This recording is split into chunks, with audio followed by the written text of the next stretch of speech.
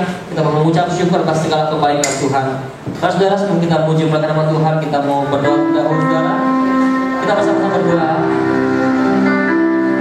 Bapa surga, Bapa yang baik, terima kasih Tuhan. Kembali kami mengucap syukur malam hari ini. Kami masih Tuhan pelihara begitu luar biasa. Kami masih boleh Tuhan berikan nafas hidup, di mana kami boleh Tuhan memuji muliakan nama-Mu ya Tuhan Yesus. Bahkan hari ini, saat ini kami masih boleh berkumpul Tuhan. Kami boleh menikmati setiap berkat Tuhan yang luar biasa, yaitu melalui kuasa firman-Mu Tuhan Yesus. Mana kami boleh semakin hari semakin dibangun iman rohani kami ya Bapa, semakin mengenal kasih Kristus. Bahkan boleh membawa kami Tuhan Yesus pada kehidupan yang luar biasa dalam kehidupan kami. Haleluya Bapa, kami mau terus mengucap syukur buat segala kebaikan Tuhan. Dan kami mau juga Tuhan berikan terbaik Tuhan untuk Engkau ya Bapa. Hidup kami mau terus memuliakan nama-Mu ya Tuhan. Mari Bapa, pimpin setiap kami anak-anak-Mu Tuhan malam hari ini. Kau nyatakan kasih kemurahan bagi setiap kami. Biarlah kuasa boleh menjaga setiap kami, mengurapi setiap kami satu persatu ya Tuhan. Terima kasih Bapa Surgawi. Kami siap memuji muliakan nama-Mu. Kami siap memuji berkat dengan kuasa firman-Mu. Puji nama-Mu ya Tuhan. Dalam mengucapkan dan syukur. Haleluya, haleluya. Amin. Saudara, kalau kita katakan seperti Bapa saya anakku.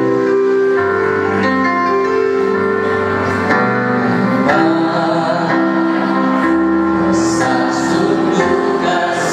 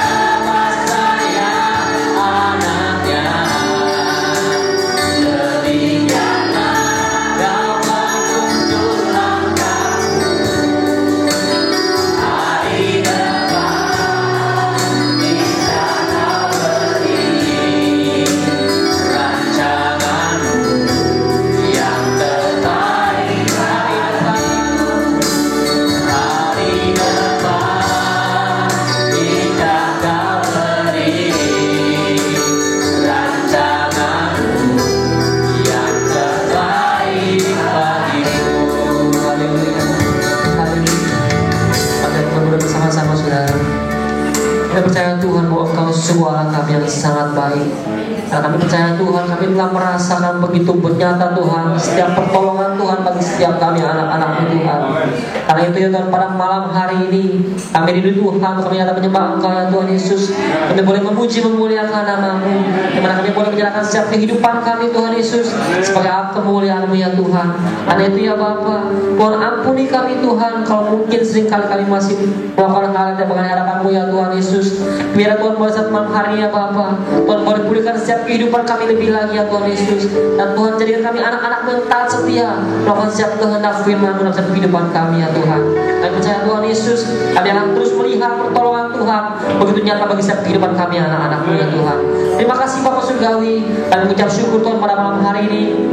Kami masih boleh berkumpul Tuhan, boleh menikmati berkat-Mu yang luar biasa, boleh firman-Mu Tuhan Yesus. Tuhan terus ajar kami, bentuk hidup kami ya Tuhan, supaya kami semakin hari semakin berkenan di hadapan Tuhan. Terima kasih Bapak Surgawi, kami serahkan ibadah kami Tuhan di Tuhan sampai akhirnya hadapan kemurahan-Mu ya Tuhan. Dalam Tuhan Yesus kami telah berdoa mengucap syukur, sama-sama kita katakan amin. Jadi salah haleluya. Silakan duduk. Ya, saya percaya kita semua merasakan kasih Tuhan. Ya, siapa yang hari ini di sini yang pasangan kasih pegang belakang tangan saudara? Enggak ada? Ya, saya ulang lagi. Siapa di antara kita yang pasangan kasih pegang belakang tangannya saudara? Ya, saya percaya kita semua merasakan pegang Tuhan saudara ya. Tapi saya tanya sekali lagi, siapa yang sepanjang minggu ini hidupnya tidak mengalami masalah? Ada saudara? Ada? Enggak ada ya? Ya, saya percaya setiap kita mungkin mengalami persoalan dalam kehidupan kita, tapi sekali lagi saya mau tekankan bahwa Tuhan kita Tuhan yang baik, Tuhan yang sangat mengasihi kita. Dia tidak pernah kita sendirian. Dia terus nyatakan kasih kemurahannya untuk menolong setiap kehidupan kita. Karena itu kita mau terus mengucap syukur karena kebaikan Tuhan. Kita mengapunya, kita katakan bersyukurlah kepada Tuhan.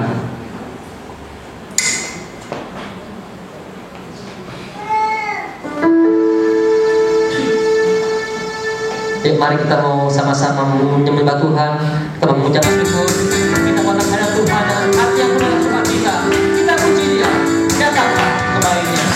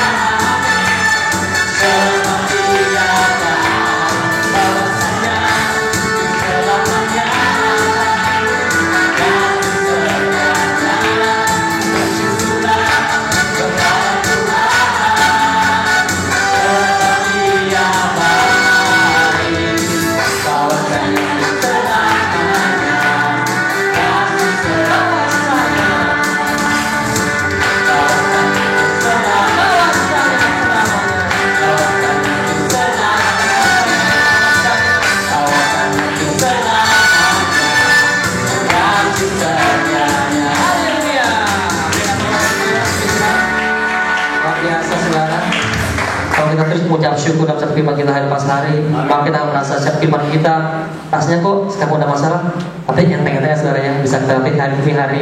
Kenapa? Karena kita percaya bahwa Tuhan kita penolong kita yang luar biasa. Karena nggak ada hal lain seperti kita, saudara. Amin. Dia sanggup melakukan segala perkara, dia sanggup memberikan setiap kehidupan kita. Kita masih memuji Dia, kita mengatakan, Allah mana seperti Allahku.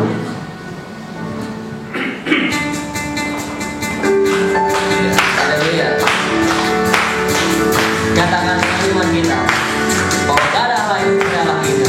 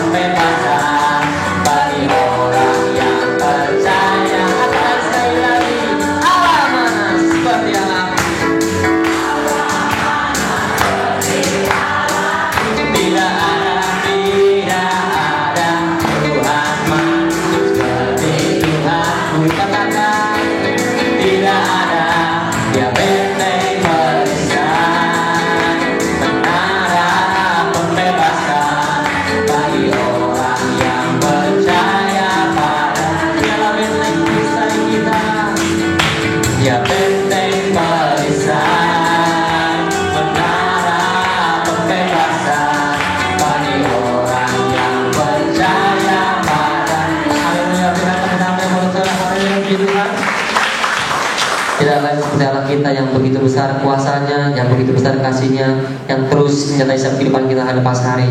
Karena itu saya percaya setiap kita boleh mengalami pertolongan Tuhan, mengalami kebaikan Tuhan. Karena itu saya mengundang saudara yang mau bersaksi. Saya persilakan untuk mau bersaksi ada.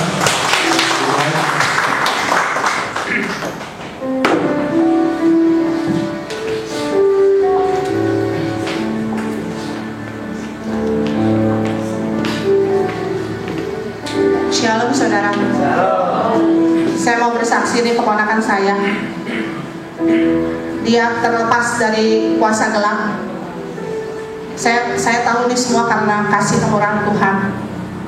Dia udah 10 tahun saudara gak pernah ke Jakarta. Gak tahu kemarin memang Tuhan izinkan dia bisa datang ke Jakarta sebelum bapak saya meninggal. Jadi sebelum kopungnya meninggal, dia datang ke Jakarta. Terus terang saya nggak tahu bahwa dia dikuasai kuasa gelap, saudara. Saya nggak tahu sama sekali. Jadi selama bapak saya meninggal, berjalan seperti biasa. Pas setelah bapak saya meninggal, saya ajak dia ke baktian di gereja saya. Pas pada sebelum perjamuan kudus, diambil perjamuan kudus itu, dia tangannya gemeteran, saudara. Tapi dia nggak bilang sama saya. Setelah sampai di rumah kurang lebih jam 11 malam, dia kesurupan. Sampai 2 jam sama adik-adik saya, keponakan saya bernyanyi. Terus akhirnya dia terlepas. Saya juga kebingungan di rumah. Dia lagi teriak-teriak, saya doa dalam bahasa roh, tetap masih begitu saudara. Tapi adik saya dengan suami dan anak-anak berpegangan tangan. Akhirnya saya tanya, ada satu saya saking bingung jam 11 malam mau telepon ke pendeta mana. Akhirnya saya SMS satu orang, sama Cimimin juga saya SMS. Terus saya tanya, ada pendeta Theodorus Kabaraka, saya ingat Ibu Sri. Saya bilang, Bu, gimana cara melepaskannya? Diajarin. Dia bilang, usap mukanya pakai minyak urapan. Akhirnya benar terlepas saudara. Hari Senin ibadah kesini saya ajak dia lagi. Di mobil itu perlu perjuangan berat saudara. Dia lemes, nggak ada tenaga. Saya tahu, karena saya pernah juga ada teman saya begitu juga. Saya tahu ciri-ciri orang mau kemasukan. Jadi selama saya duduk di belakang, dia di depan. Kalau udah mau mulai masuk, saya tepuk. Dalam nama Yesus, itu. Dia kaget. Itu perlu perjuangan saudara. Saya bilang. Akhirnya hari Kamis pelepasan di Mangga 2 Square. Udah pelepasan konseling. Terus ketemu lagi Kamis Minggu depannya ketemu satu hamba Tuhan, Pendeta Robi, dia dilepaskan lagi. Terus kemarin, puji Tuhan, Jumat kemarin ya, dia dibaptis, beri kemudian untuk Tuhan. Kamu boleh bersaksi. Ya, bagaimana kamu dikuasai, dilepaskan? Ya udah, saya yang bicara, mungkin dia gugup ya saudara. Jadi saya tanya dia pada waktu pelepasan itu, sebenarnya waktu hari Kamis itu baktian di Magadosper, dia sebenarnya di dalam hatinya ada setan yang ngomong begini, pulang katanya. Nanti saya ketangkep, dia bilang gitu kan. Terus dia kencing sama Lili. Habis kencing, dia bilang, ih aku mau pulang. Tas Lili buset, si gendut mau pulang, gue gimana? Gak kuat gue megang dia, kata gitu kan. Enggak, kamu harus masuk kata gitu. Masuk lagi, ternyata sebelum pendetanya baru khotbah aja, dia udah gelisah, belum diapa-apain loh. Pendeta baru khotbah, pendetanya pas turun dari mimbar, saya dengar cerita dari Lili, itu dia udah gelisah, matanya udah melangklik gitu loh. Terus pas doa, dia maju atafel, dia mau lari, dipakai minyak urapan, kelilingin, kakinya nggak bisa kemana-mana, bingung aja. Saya lihat videonya memang kemarin, tapi sekilas saya takut juga, dia teriak kenceng banget. Aduh, saya takut berburu, saya bilang udah hapus gitu. Saya juga takut juga gitu kan. Nah, setelah dilayani, jujur aja, terus saya tanya dia, Mum, apa yang kamu rasakan pada waktu itu? Pas waktu dipakai minyak urapan, panas aja. Saya ngeliat pendetanya, api tangannya, kayak gitu. Panas banget. Pendeta mau deketin saya udah takut lihat api. Terus setannya bilang gini, Tuhan, gua ketangkep kata gitu. Benar saudara, memang dengan perjamuan kudus minyak urapan, saya percaya banget, karena saya juga bisa masuk kenal Tuhan Yesus itu karena penyakit kaki saya. Kaki saya juga diberikan mujizat sama Tuhan. Terus Tuhan kasih juga kesaksian ini satu, dan juga Lili juga sama, masalah juga sama, kuasa gelap. Jadi saudara hati-hati. Memang gembala sidang saya lagi diperintahkan Tuhan Yesus untuk memberantas kuasa gelap. Jadi bukan karena apa, memang kita harus lawan kuasa-kuasa yang di udara. Jadi memang setiap pendeta yang di gereja saya selalu sarankan jangan lupa baca firman Tuhan, karena dengan firman Tuhan itu kita bisa dikuatkan, diteguhkan. Maka saya bilang sama dia, tiap kali saya marah-marah, tiap hari mesti teleponin, udah baca belum, ya kan? Kemarin saya kaget, udah baca berapa lo hari? 2 pasal, saya mau pingsan kayak gitu. Saya bilang kamu gak boleh baca 2 pasal, harusnya minimal 10 pasal. Kan dia gak kerja di rumah, ngapain cuma baca 2 pasal, saya bilang gitu. Maka tadi saya sempat galak sama dia, tapi saya galak untuk kebaikan dia. Ingat, baca firman janji 10 pasal ya. Ya ada, ini kan kesaksian saya. Tuhan Yesus memberkati. Gitu saudara. Ada yang bersaksi? Ada lagi?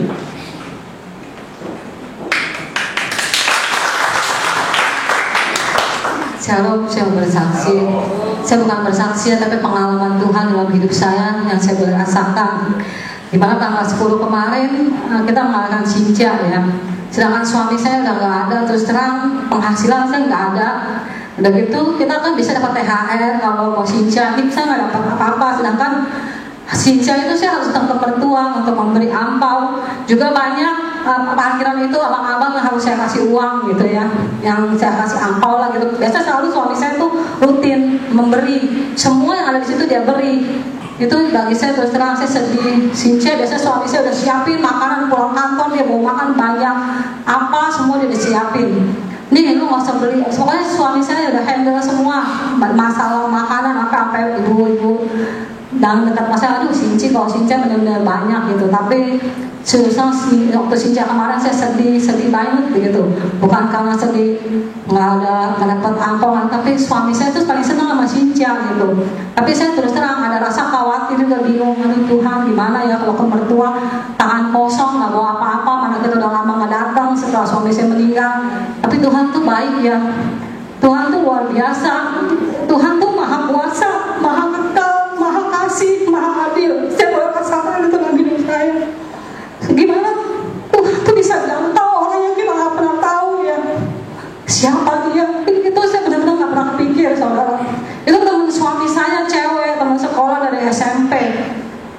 suami saya meninggal dia datang, padahal dia nggak pernah kumpul gitu. Pernah kumpul waktu dulu waktu saya sebelum menikah gitu, pernah kumpul sekali. Begitu dia nggak kumpul lagi. Dia udah punya keluarga, udah menikah. Dia waktu suami saya meninggal dia datang, tiba-tiba saya juga bingung kok dia bisa datang, kok dari mana, sedangkan kita nggak pernah hubungan, suami saya juga nggak ada BB-nya, tapi dia bisa datang. Saya nggak pernah tanya kamu tahu dari mana gitu. Saat saya mau nanya tuh sepertinya saya nggak pernah bisa bertanya gitu, lupa gitu.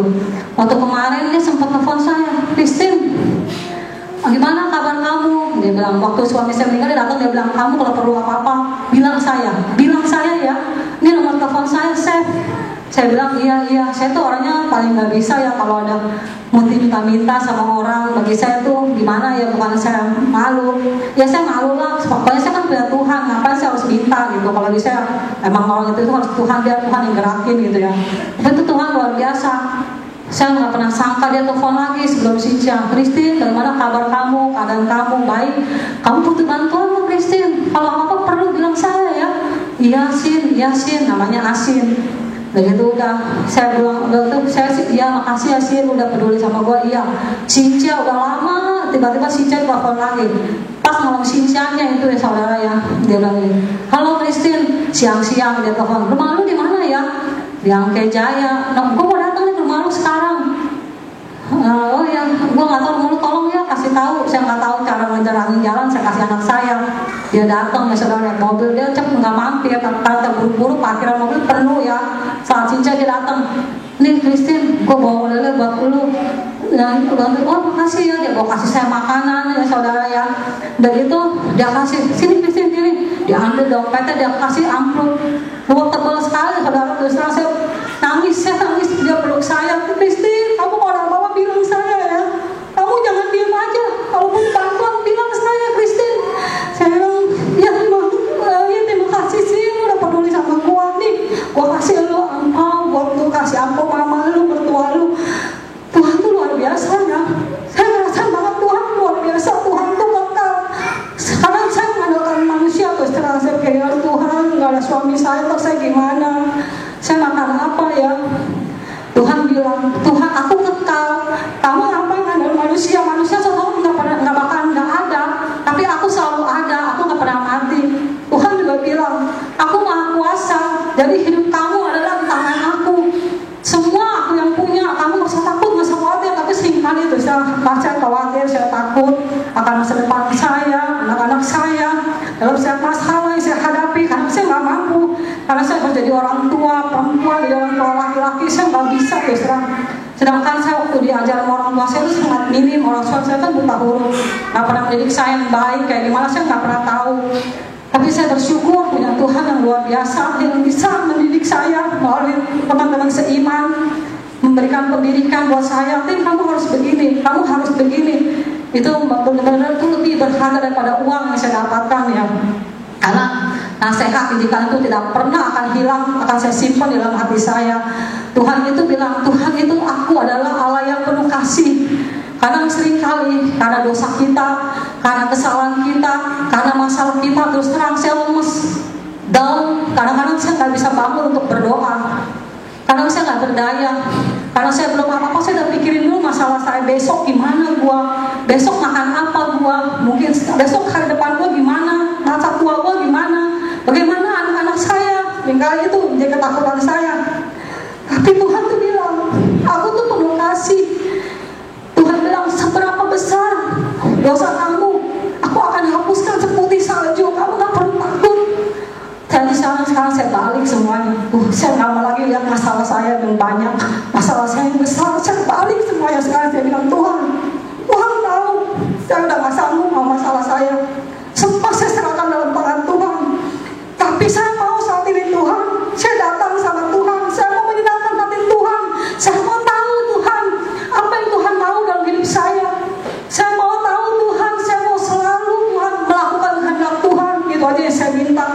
Dengan begitu kita gak akan letih, kita gak akan lelah, kita gak akan lagi merasa menjadi apa ya di hadapan Tuhan. Gue terdakwa, gue bersalah, gue berdosa. Justru dengan kita tidak lagi memikirkan masalah kita. Pokoknya yang saya percaya, saya tahu Tuhan mampu menolong saya. Kalau Tuhan ini pembela saya, berapapun besar masalah saya tidak pernah akan pikirkan, karena Tuhan sanggup melepaskan saya. Saya tetap tegak berdiri di dalam masalah saya, persoalan saya. Saya nggak jadi orang yang letih, nggak jadi orang yang lemah, nggak jadi orang yang khawatir. Karena yang kita mau hanya satu, menyenangkan hati Tuhan, melakukan yang terbaik buat Tuhan. Itu aja setiap pagi sekarang saya doa, saya hanya itu. Bodoh saya nggak peduli, apapun itu saya percaya Tuhan udah berikan jalan keluar buat saya. Tuhan udah beri kemenangan. Saya nggak pernah mau tahu gimana saat ini yang saya hadapi perjalanan hidup saya. Mungkin sepertinya sukar, berat, beban saya yang saya tahu saatnya nanti Tuhan memanggil saya sudah menerima keselamatan kekal dari Tuhan. Itu aja. Terima kasih. Amin.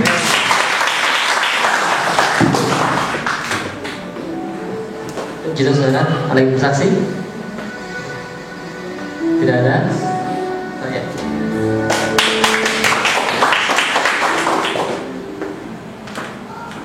Shalom Bapak Ibu, saya mau bersaksi bagaimana Tuhan bekerja dalam kehidupan saya, sungguh luar biasa.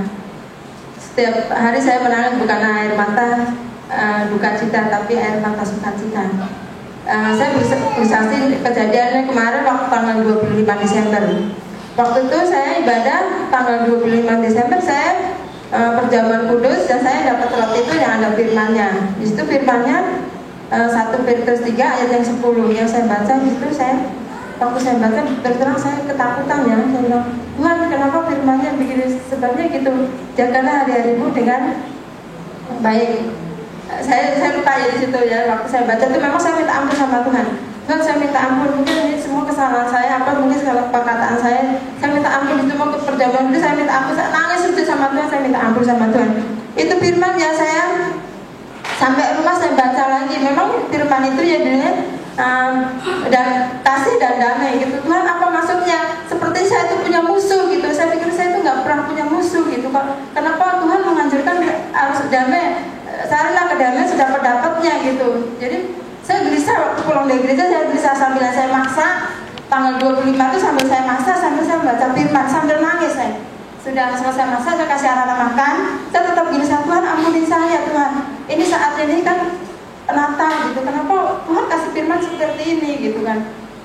Jadi saya dengan hati gelisah, saya ingat harusnya tanggal 26 Desember saya bayar kontrakan.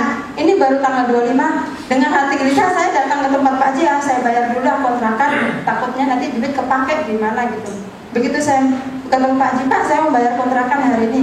Sebabnya bulan November bilang Pak Haji, bulan Desember nanti kontrakan naik 50.000 gitu, jadi 700, tadi 700 jadi naik 750. Saya bayar 750. Begitu saya kasih 750, ternyata Pak Haji marah gitu.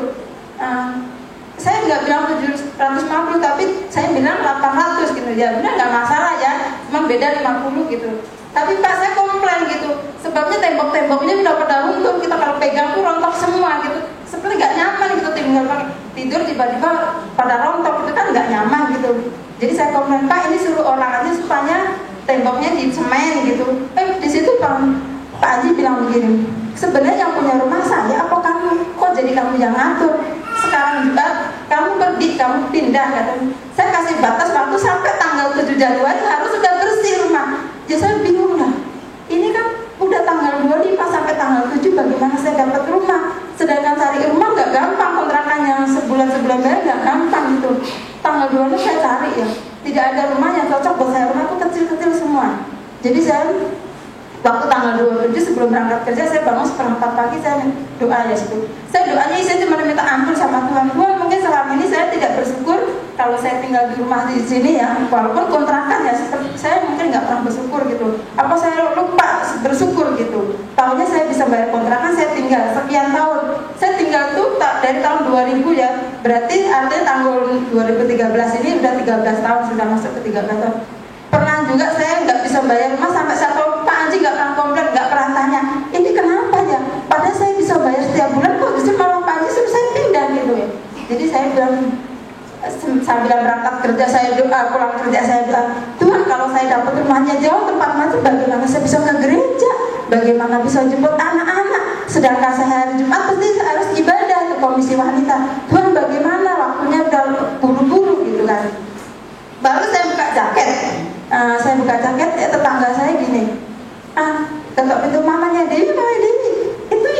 Ibu Tasya mau pindah, katanya sebelah rumah saya samping, mau pindah.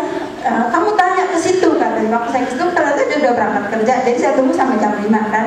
Saya tanya, Bu, katanya mau pindah ya, rumahnya udah diambil orang belum? Tanya yang punya rumah gitu kan. Jadi saya tanya yang samping rumah saya juga, saya tanya, Bu, rumahnya katanya Mama Tasya mau pindah, udah dipakai orang, udah diambil teman suami saya, katanya nggak bisa lagi gitu. Ya udah, harapan sudah habis ya, gimana saya rumah ya.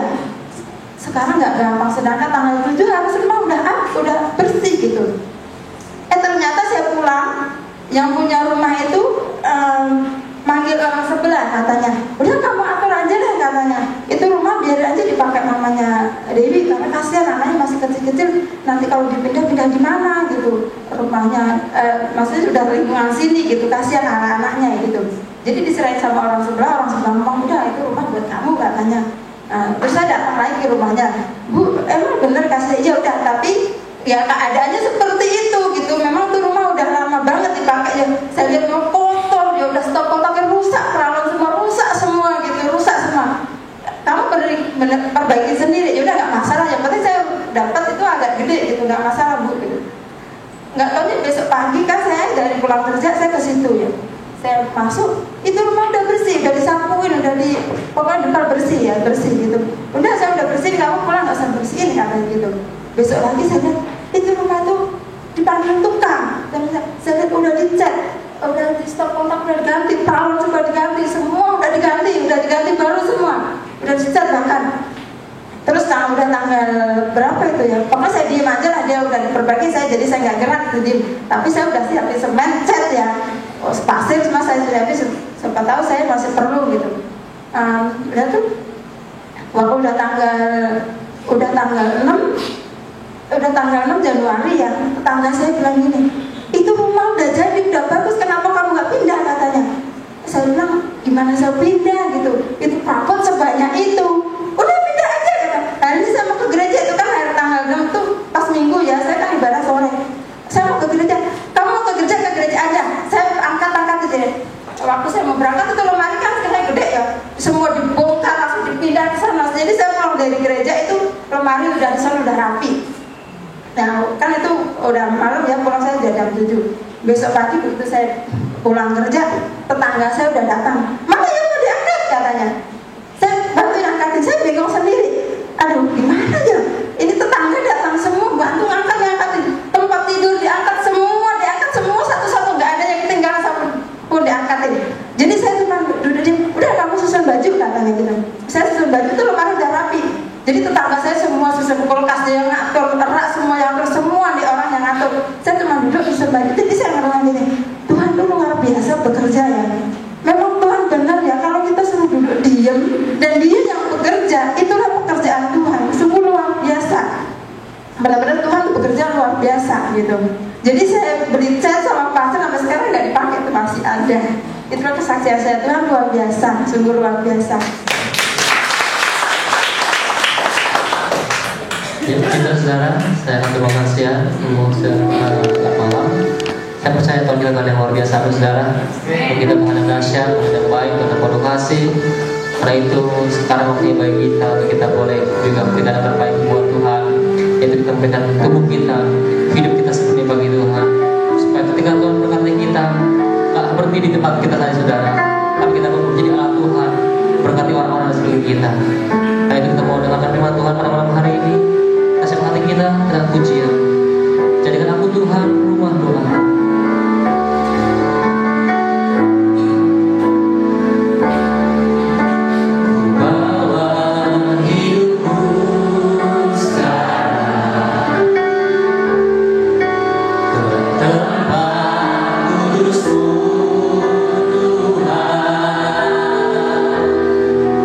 Di mesbamu serahkan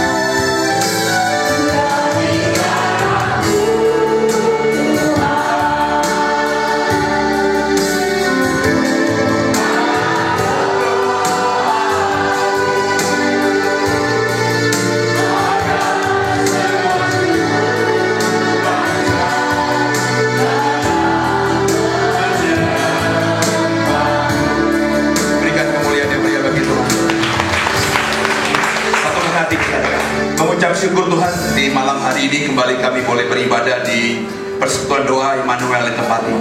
Makasih buat pemeliharaan Tuhan yang luar biasa sepanjang seminggu ini. Kami percaya Tuhan, kalau kami sungguh rindu senantiasa akan Tuhan, kalau kami sungguh mencari dulu kerajaan Allah dan kebenarannya, Tuhan yang menjanjikan semuanya akan ditambahkan dalam hidup kami. Kami rindu Tuhan, kami diberkati oleh kebenaran firman-Mu. Sebab Alkitab berkata, dengan mendengar firman-Mu lah iman kami semakin bertumbuh menyenangkan hati. Untuk itu kami buka telinga kami selebar-lebarnya, hati kami sedalam-dalamnya. Kami siap ditabur oleh kebenaran firman, yang siap diberkati oleh kebenaran firman Tuhan. Katakan dengan iman, amin. Berikan kemuliaan bagi Tuhan. Dan silahkan duduk kekasih Tuhan. Ada shalom semuanya. Haleluya, senang bersama dengan saudara kembali di tempat ini. Mari sama-sama kita belajar di malam hari ini tentang kebenaran firman Tuhan. Firman yang mau saya sampaikan pada malam hari ini, saya percaya sudah dihafal bahkan oleh beberapa saudara di luar kepala. Karena firman ini termasuk firman yang paling familiar, ya, diajarkan di mimbar-mimbar di gereja manapun. Yuk, mari sama-sama kita buka Matius pasal 14. Kita akan baca secara responsoria. Maksud responsoria itu berbalas-balasan. Dari ayat 13 sampai dengan ayat 21. Matius 14 ayat 13 sampai 21. Saya akan bacakan ayat yang ganjilnya, ayat 13. Kemudian saudara nanti membaca ayat 14 terus berbalas-balasan sampai akhir di ayat yang ke-21. Ada bantuan di depan, jadi tidak ada alasan saudara tidak membacanya. Perikopnya diberi judul oleh Lembaga Alkitab Indonesia, Yesus memberi makan 5.000 orang. Ayat 13 saya. Setelah Yesus mendengar berita itu, menyingkirlah ia dari situ dan hendak mengasihkan diri dengan perahu ke tempat yang sunyi. Tapi orang banyak mendengarnya dan mengikuti dia dengan mengambil jalan darat dari kota-kota mereka. 3-1 ya.